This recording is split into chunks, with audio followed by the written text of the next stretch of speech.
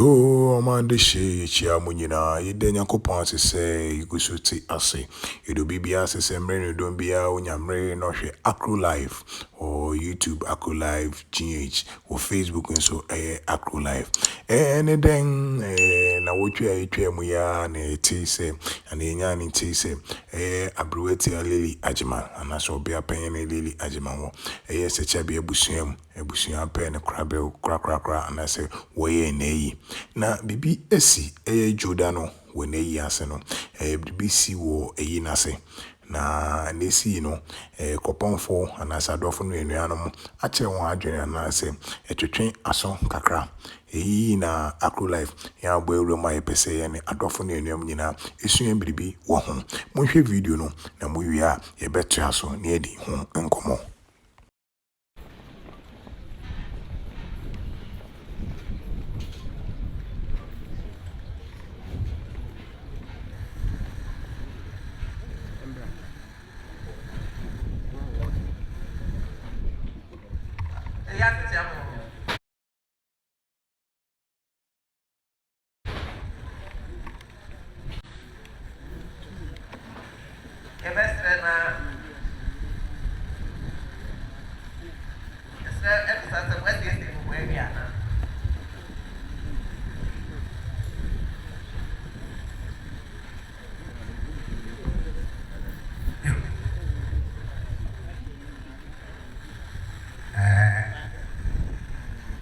na naja sini simupatia au nukuna ni amro grumini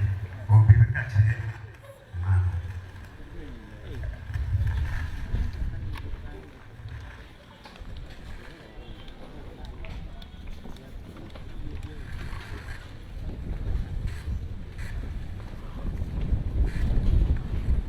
Euga asia dia Agyemang asafo mpanyini yeshia wonanom abusiafo biara yengire nimsa asadomi na yetintim nioma odi adefo mie mo merime mo nioma na yedinidi ni ahura sere kachire musi abusia tena se no yanga hobuya ensi ndi ebesire mu bibiri na se edumedina aka no odi ake mere pem di ebefre mu bi na ya hwe na ya to be esi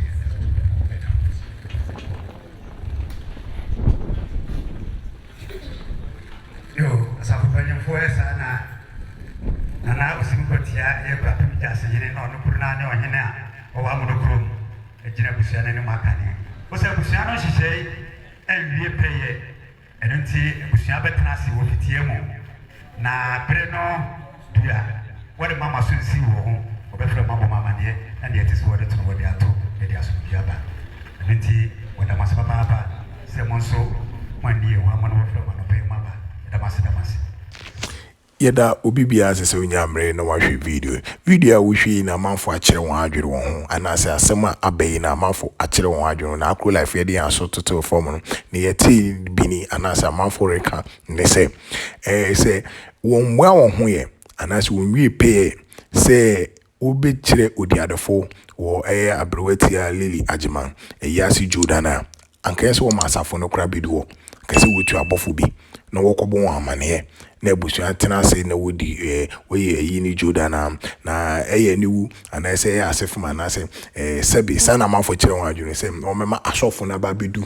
na wore bo amane wugwam sebi se odisi kodukesi yu ukwa penyene ampa anka ensem fata se ebibi sa esi wugwam anase wobo amane bisa ugwam sa na manfo kire wan adwene wo ho eni achi na manfo a kire wan adwene anase osusu dwene won se chia bia busu na ese sebe mpanyin aduasa mpanyin asa efise bibi sa esi wo busu ma anka busu na kasa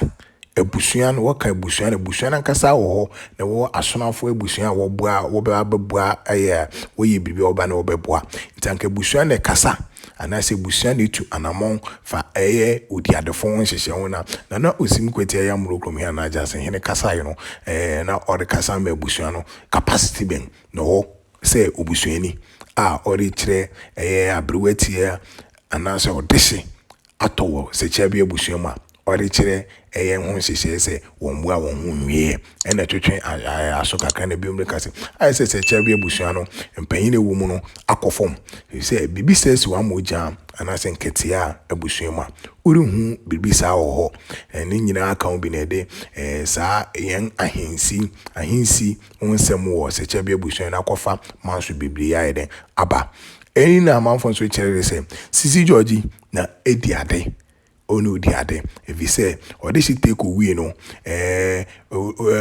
fugus gyina gwam ma obi ehu anaasɛ wɔ yɛ nhyehyɛ ma obi ehu sɛ Sisi George na edi take ade na baserfo yɛ no wɔ ma homemu na anaasɛ pepa so no Sisi George di na kɔɔ so ɔmo obi gyina mu ma nti sɛ no sɛ take ni wɔ sana amafo ka no wɔ sɛ take ni wɔ bi mu ɔde shi take ni wɔ bi mu na Sisi George na wɔ a aberewati lili awi de na kyerɛ sɛ automatically Sisi George na edi ade ɛno kan bi na wɔn den sɛ wɔbɛma baserfo ayɛ den aboa na wɔn akyerɛ odi adefo anaasɛ abusua ni wɔ Dr. Buobisa Newman ɛna ne me ampanyefo ɛwɔ fie hɔ na sɛ adehye ɛwɔ fie hɔ no wɔni wɔ sese yi anaasɛ wɔn amfa wɔn ahoɔden anaasɛ wɔn hyehyɛ anka yi no ntim ɛma aberewati Lady Agyemang ne hyehyɛ abaserfo bɛboa sɛ wɔnkyiri odi adefo no na den kakra ɛno so ka ho bi na ɛma saa dwumadi a ɛsɛ baserfo bua no antuma yɛ den anwie anaasɛ pɛyɛ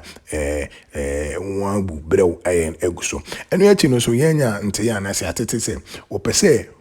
wɔsi aberewati mbere a ɛwɔ wɔn anim ya ɛnyɛ baserfo de a wɔbɛyɛ saa ne yɛnya no ɛno yɛ atesɛm ne yɛnya ne yɛne gusu di akyi yɛne gusu di sɛkyia bia aberewati asi no ho papaapa a mpanyin bi ahyia na sa adehye bi ɛwɔ fie wɔ ahyia asi wɔn aberewati adeda ɔde akɔkyi okwapanmia na manfo ti ɛno nti na wɔn ayɛ no ɛno nti na den sɛ wɔbɛkyerɛ odi adefo biem ɛwɔ aberewati Lady Agyemang ase ne nyinaa kyerɛ sɛ yɛrisua ade na yɛhwehwɛ kwan a wɔdisi aberewati afa anaasɛ obi wu kura mpo akwan mpanyin paw wɔde yɛ den wɔsi na namu yɛ den ɛfa bi kakra anaasɛ nneɛma ɛkɔɔ so anaasɛ joda aberewati Lady Agyemang joda no ɛkɔɔ so wɔ sɛkyia bi abusuam na Akro life de ayɛ abrɛ sɛne de bi ɛka no wopɛ kropɔn nsɛm anaasɛ wopɛte wotie kropɔn nsɛm yi a Akro life wofule wɔ Akro life YouTube Akro life GH na oba Facebook nso a obefole on ho Akro life pepepe yorubi bia sese mere ndom bia no obehye yen videos ye den amayen na afoforo na adofo na ewachi no wante na ekoso ho ye ni di ya hinsi okwapanyin ahinsi ene sechia bia moja nkete abusua no ye ni di woni amaye echi efise woni adehye no sesebe ya nhwe woni ama bi na na se woni ama bi wo ho a ya ma nipa bi ehu anase yen susu ho anwene hu ya na chese yere anen nti bibia bekoso bia no ebebo modin se mbere ndo bia memo waso yeden ate yede mu nyina ase ye ne gusu di asemu echi ate sem bia ebeti bia na mema adofo na aka adonfo a mo follow Akro life anase mutie anase modusua amane na amambre fa saa adehye abusua hu ene okwapanyin ahinse hu no amamaso ate yakopon ka ye nyina ho